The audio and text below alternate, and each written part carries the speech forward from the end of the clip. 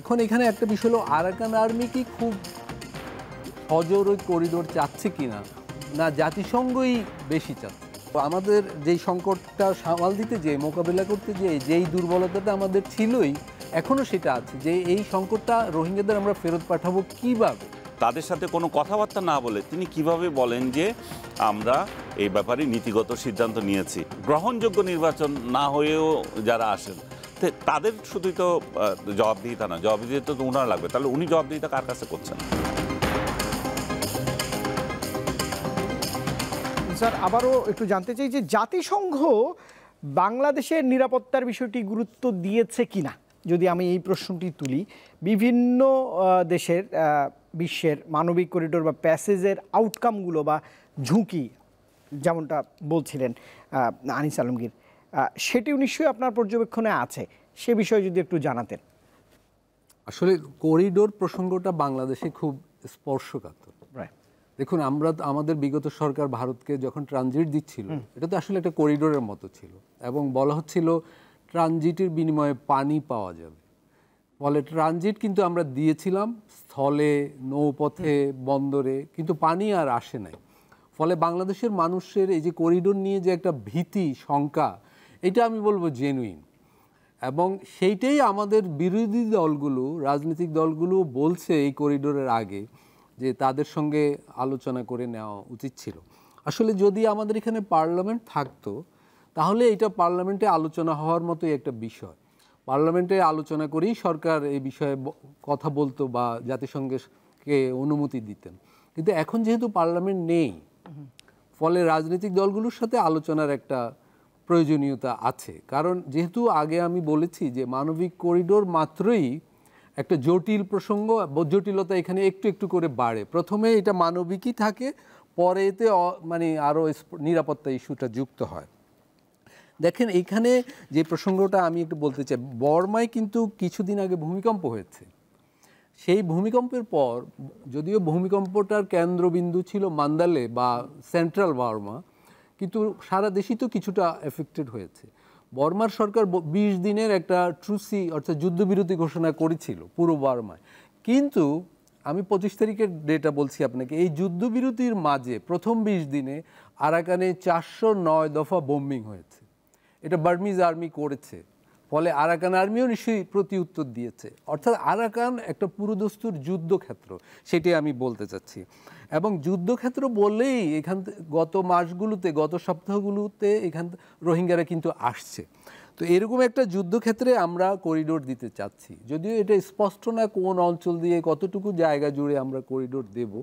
কিন্তু আরেকটা প্রশ্ন চলে আসে, এটা কি এয়ার করিডোরও হবে কিনা, ফলে এয়ার ড্রপিংও হবে কিনা, এই প্রসঙ্গগুলো চলে আসে। ফলে এর সাথে নিরাপত্তা বিষয় যুক্ত হয়ে পড়ে। এখন এখানে একটা বিষয় হলো আরাকান আর্মি কি খুব সজোর ওই করিডোর চাচ্ছে কিনা, না জাতিসংঘই বেশি চাচ্ছে। আমি এই বিষয়ে যতদূর একটু খোঁজ খবর রাখি, আরাকান আর্মি কিছু পণ্য সহায়তা চাচ্ছে, এবং বাংলাদেশ থেকে কিন্তু কয়েকটা করিডোর আছে এখান দিয়ে প্রাতিষ্ঠানিকভাবে এবং অপ্রাতিষ্ঠানিকভাবে, অনানুষ্ঠানিকভাবে পণ্য চলাচল আছে। এবং বাংলাদেশ যে কিছু মানবিক সহায়তা আরাকান আর্মিকে দিয়েছে, ঔষধ ইত্যাদি, সেটা বিশ্বের বিভিন্ন কাগজেও প্রকাশিত হয়েছে এবং এগুলো সম্ভবত সত্য। ফলে মানবিক সহায়তা কিছু যাচ্ছে সেখানে। কিন্তু জাতিসংঘ যেটা চাচ্ছে, যেহেতু এটা স্পেশাল, সেই কারণে এইখানে বাংলাদেশের সরকারকেও স্পেশালি রাজনৈতিক দলগুলোর সাথে কথা বলার আবশ্যকতা রয়েছে। জাতিসংঘ, দেখুন, জাতিসংঘ তো পৃথিবীর বিগত সময়ে যুদ্ধবিধ্বস্ত কোনো জায়গায় খুব বেশি সফল হয়নি। সে গাজায় 2 মাস শিশুরা খাবার পাচ্ছে না, সেখানে কিন্তু সে সফল নয়। এখানে রোহিঙ্গাদের ফেরত পাঠানোর ক্ষেত্রে গত 2017 থেকে এখন পর্যন্ত সে সফল নয়। কিন্তু এখন তারা আরাকানে কিছু সাহায্য পাঠাতে চাচ্ছে, এইটা তাদের জাতিসংঘের জায়গা থেকে ঠিক আছে। বাংলাদেশ যে নীতিগত সম্মতি দিয়েছে কিন্তু কিছু শর্ত সহ, এইটাও এই মুহূর্তে আমার ধারণা কূটনীতিক বিবেচনায় বাংলাদেশ এগিয়ে থাকতে চেয়েছে। কীরকম, এবছর রোহিঙ্গা বিষয়ে একটা বড় সম্মেলন হবে, আন্তর্জাতিক সম্মেলন। বাংলাদেশ সরকার নিশ্চিতভাবে সেখানে বলতে চায় যে জাতিসংঘের যে কোনো অফার আমরা তো ইতিবাচকভাবে দেখছি, এখানে মানবিক সহায়তার বিষয়টাও আমরা তো রাজি ছিলাম।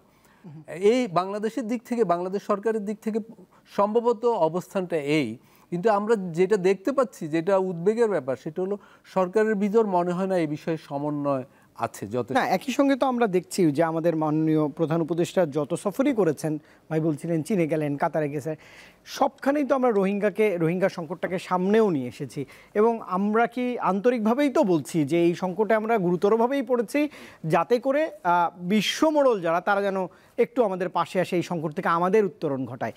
সেই সংকট উত্তরণ ঘটাতে ঘটাতে যদি এমন একটা পরিস্থিতির মধ্যেই পড়ি, স্পর্শকাতর যেহেতু বলছিলেন, সেটিও তো উদ্বেগের। হ্যাঁ, কিন্তু আসলে এই যে সংকট, এটা গত সরকারও আমাদের যেই সংকটটা সামাল দিতে যেয়ে, মোকাবেলা করতে যেয়ে যেই দুর্বলতাটা আমাদের ছিলই, এখনও সেটা আছে, যে এই সংকটটা রোহিঙ্গাদের আমরা ফেরত পাঠাবো কিভাবে, আমাদের জাতীয় ঐক্যমত আছে কিনা কোনো কৌশলের ব্যাপারে, কোনো নীতির ব্যাপারে। এখন 2017 সালের আরাকান আর এখনকার আরাকান সম্পূর্ণ আলাদা। 2017 সালে ওইখানে ছিল বার্মিজ আর্মি, এখন সেখানে আরাকান আর্মি। ফলে এখন রোহিঙ্গাদের ফেরত পাঠাতে হলে বাংলাদেশকে আরাকান আর্মির সাথে নেগোশিয়েট করতে হবে, পুরো দস্তুর। কিন্তু আমাদের পররাষ্ট্র উপদেষ্টা যেটা বলেছেন, আরাকান আর্মি একটা নন স্টেট অ্যাক্টর, কিন্তু নন স্টেট অ্যাক্টর হলে ওর সাথে ওর সম্মতি ছাড়া, ওর সহায়তা ছাড়া এবং রাখাইন জনগণের সহায়তা ছাড়া, আন্তরিক হাত মেলানো ছাড়া আরাকানে আমরা রোহিঙ্গাদের পাঠাতে পারবো না। সেই জায়গাটায় জোর দেওয়া উচিত। ফলে রাখাইনরা যদি মানবিক সহায়তা চায়, আমি বলবো সেইটা বাংলাদেশ দেখতে পারে, কিন্তু বাংলাদেশের সমস্ত রাজনৈতিক দলগুলোকে কনফিডেন্সে নিয়ে তাদের সম্মতিতে একসাথে নিতে হবে।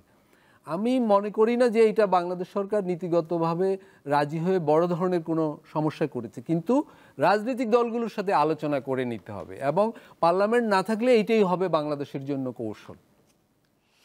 নিশ্চয়ই। আনিস আলমগীর, আপনার কাছে আসতে চাই। এই রাজনৈতিক দলের প্রতিক্রিয়া আপনি জেনেছেন। একটু আগেও বড় দল বিএনপির ভারপ্রাপ্ত চেয়ারম্যান তিনি বলেছেন, একদম তাকে কোট করছি, করিডোর দেওয়ার সিদ্ধান্ত আসতে হতে নির্বাচিত সরকার থেকে আসাই উচিত, সংসদ থেকে আসা উচিত। তিনি আজকে মহান মে দিবসের একটি সমাবেশে বক্তব্য দিয়েছেন ভার্চুয়ালি। এর আগে দলটির মহাসচিব মির্জা ফখরুল ইসলাম আলমগীর বলেছেন, বাংলাদেশ কি গাজা হবে কিনা। প্রশ্নটা যৌক্তিক কিনা? একেবারেই যৌক্তিক। সরকার তার স্টেক হোল্ডার যারা আছে, রাজনৈতিক দলগুলো, নানা ইস্যুতে তো উনি, আমরা দেখেছি রাজনৈতিক দলগুলোকে ডাকে। এরকম একটা জাতীয় বিষয় আলোচনার জন্য তিনি কি কোনো বৈঠক করেছেন? বৈঠক না করে, তাদের সাথে কোনো কথাবার্তা না বলে তিনি কিভাবে বলেন যে আমরা এই ব্যাপারে নীতিগত সিদ্ধান্ত নিয়েছি, এবং তার প্রেস সচিব বলে যে আবার নিই নাই, মানে এক ধরনের দুর্মজাল এখানে সৃষ্টি করে রেখেছেন। তাহলে এখানে জবাবদিহিতার ব্যাপারটা কোথায়? ডক্টর ইউনূস যদি মনে করেন থাকেন যে তাকে ক্ষমতায় বসিয়েছে বলে তার কোনো জবাবদিহিতা নাই, জবাবদিহিতা শুধুমাত্র ওই সমস্ত রাজনৈতিক দলে যারা নির্বাচনের মাধ্যমে আসেন, বা যে কোনো ওই মানে মানে মানে কি বলবো, যে গ্রহণযোগ্য নির্বাচন না হয়েও যারা আসেন, তো তাদের শুধুই তো জবাবদিহিতা না, জবাবদিহিতা তো ওনারা লাগবে। তাহলে উনি জবাবদিহিতা কার কাছে করছেন? উনি অন্তত যখন এখন সংসদ নাই, আপনি বলেন যে সংসদ নাই, কার কাছে? তো তাহলে সংসদ নাই, যে সমস্ত রাজনৈতিক দলের সাথে উনি বৈঠক করেছেন এর আগে, ক্ষমতা নেওয়ার পরে, যাদের সাথে এখন কথা বলছেন, তারা কোথায়? তাদের তো মতামত এখানে অবশ্যই লাগবে। এখন পণ্য চলাচল করছে ওই দুই দেশের মধ্যে আগে থেকেই, সে পণ্য চলাচলেও কিন্তু এদেরকে আমরা দিয়ে আসতেছি, ট্যাক্স দিয়ে আসতেছি বহু আগে থেকেই। এবং আরাকান আর্মির সাথে বাংলাদেশের একটা রিলেশন আছে, কম বেশি আছে, এবং থাকা অনুচিত না, যেটা আলতাফ পারভেজ নিজেও বললেন।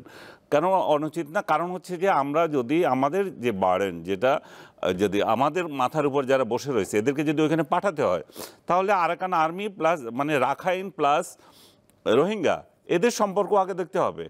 এখন আমি রাখাইনকে আরেকটা স্টেট বানায় দিচ্ছি বিদেশি সহায়তায়, বা সহায়তা করার জন্য আমরা সহযোগিতা করব, কিন্তু আমার মাথার উপর, আমার ঘাড়ের উপর যারা বসে রয়েছে তাদেরকে পাঠানোর ব্যাপারে কি কথা হচ্ছে? ডক্টর ইউনূস তো এই আপনার জাতিসংঘ মহাসচিব যখন আসলেন, তাদের নিয়ে ওখানে ইফতার করলেন, এবং সে ঘোষণা দিলেন যে আগামী ঈদটা তারা যেন না কোরবানি ঈদ করতে পারবেন না, পরের ঈদ তারা ওইখানে করবেন। তো পরের ঈদ যে ওইখানে করবেন, কিভাবে করবেন, সেটাও তো জনগণকে উনি জানাচ্ছেন না। আমি আশঙ্কা করছি যে রাজনৈতিক দলগুলো যে সংখ্যা প্রকাশ করছে, দিনের পর দিন বলছে যে আপনি নির্বাচনের একটা রোড ম্যাপ দিচ্ছেন না, আপনাকে রোডম্যাপ দাবি করা হচ্ছে, আপনি শুধু ছেড়ে দিচ্ছেন যে আমরা ডিসেম্বরের মধ্যে করব, স্বল্প প্যাকেজে, বড় প্যাকেজে করব জুনের মধ্যে, জুনের পরে কোনোভাবেই যাবে না। কিন্তু তাহলে আপনার রোডম্যাপ দিতে কোনো সমস্যা কিসের?